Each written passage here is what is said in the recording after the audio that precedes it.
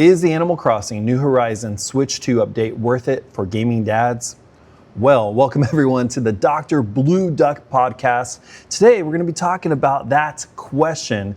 And what we know is that the Animal Crossing New Horizons Switch 2 update is out. I've tried it. I got it on day one. It was only $5 for me because I owned the original one on the Switch 1, which is now on the Switch 2. And what I noticed first off was the enhanced 4K resolution, which offers sharper visuals and more vibrant images compared to the original. Now, loading times are noticeably reduced, especially when entering islands and buildings, so you'll notice that change for sure.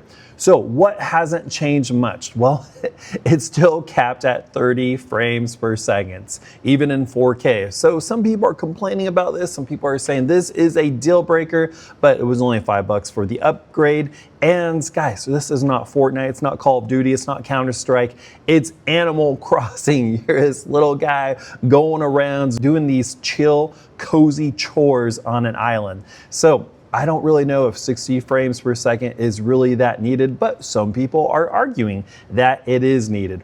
Also, there's the whole Joy-Con mouse thing. You can use that now when you're decorating and building and doing all that fun stuff. But for me personally, when I play Animal Crossing, it's in bed like this, trying to go to sleep, or it's chilling on my couch in front of my TV with my kids running around, because it is a chill, cozy game. I'm not gonna be at my gaming PC desk, kind of doing this type thing. That's more for my esports stuff. So this is just a chill game. So I really don't use the mouse-like Joy-Con controls that much, but they are there for those serious Animal Crossing enthusiasts out there. There's also the megaphone integration, so you can literally use that little speaker on your Switch 2 to call the villagers together. You can call them by name and they'll just kind of come instantly. So it's kind of a fun little gimmicky thing, and it adds kind of to the overall quality of life, but honestly, I'm not really using that too much.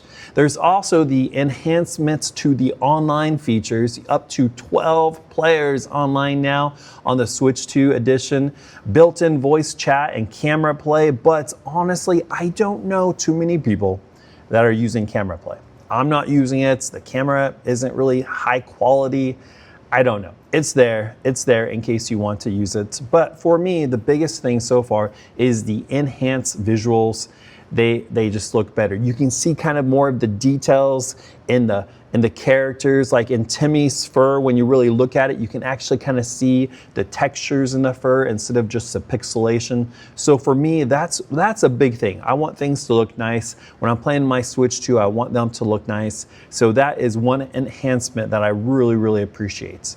Now, it doesn't matter if you own the Switch 1 or the Switch 2, there are some updates for everyone in the 3.0 updates. There is a resort hotel with visitor management and theme rooms. There's bulk crafting and crafting directly from storage, which has been something people have been requesting for ages. There's expanded home storage up to 9,000 items. Definitely a quality of life change.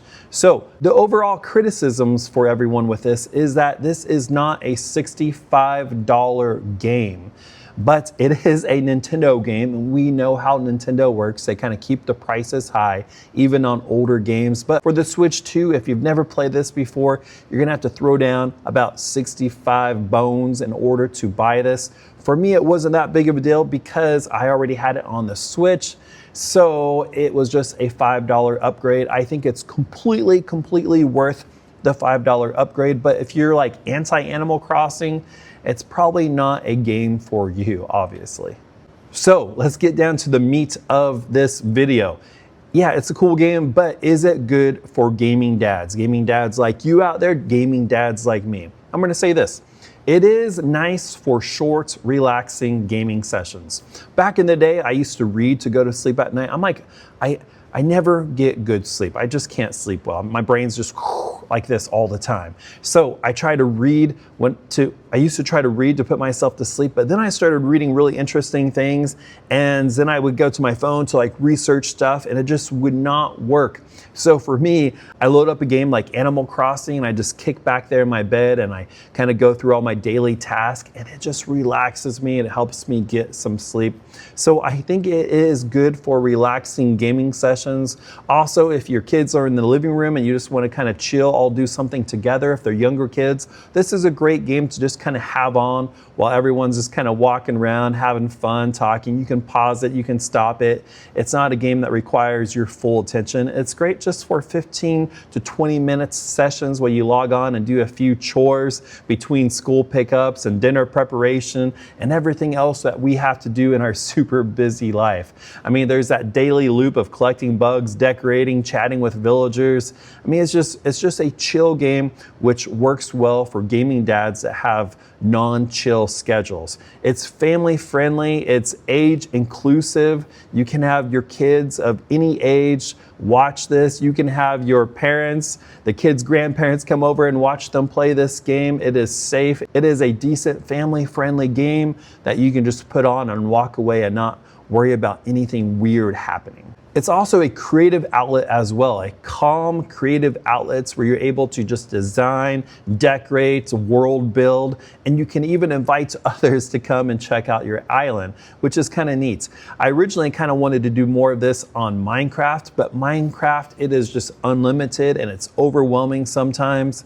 Maybe Hytale will be better, but I'm pretty sure it's going to be overwhelming as well. That's what I've kind of experienced already trying it out. But Animal Crossing is different. There are many limitations of what you can do and what you can't do, which kind of makes things simpler in a way as well. This is also a nice game to play on the big screen. You got that 60-inch television in the living room. You can just throw this up there on the Switch 2 and you have 4K visuals, fast load time, and it just looks polished, it looks clean, it looks nice on your TV. So it's just something to have on the background, even if you're not playing it too much. You know, someone can come up, do a chore, another kid can come up and do a chore. It's not anything that you have to give 100% of your attention to, and it just looks nice in the living room on the TV. So overall, is it a good game for gaming dads? I would say yes.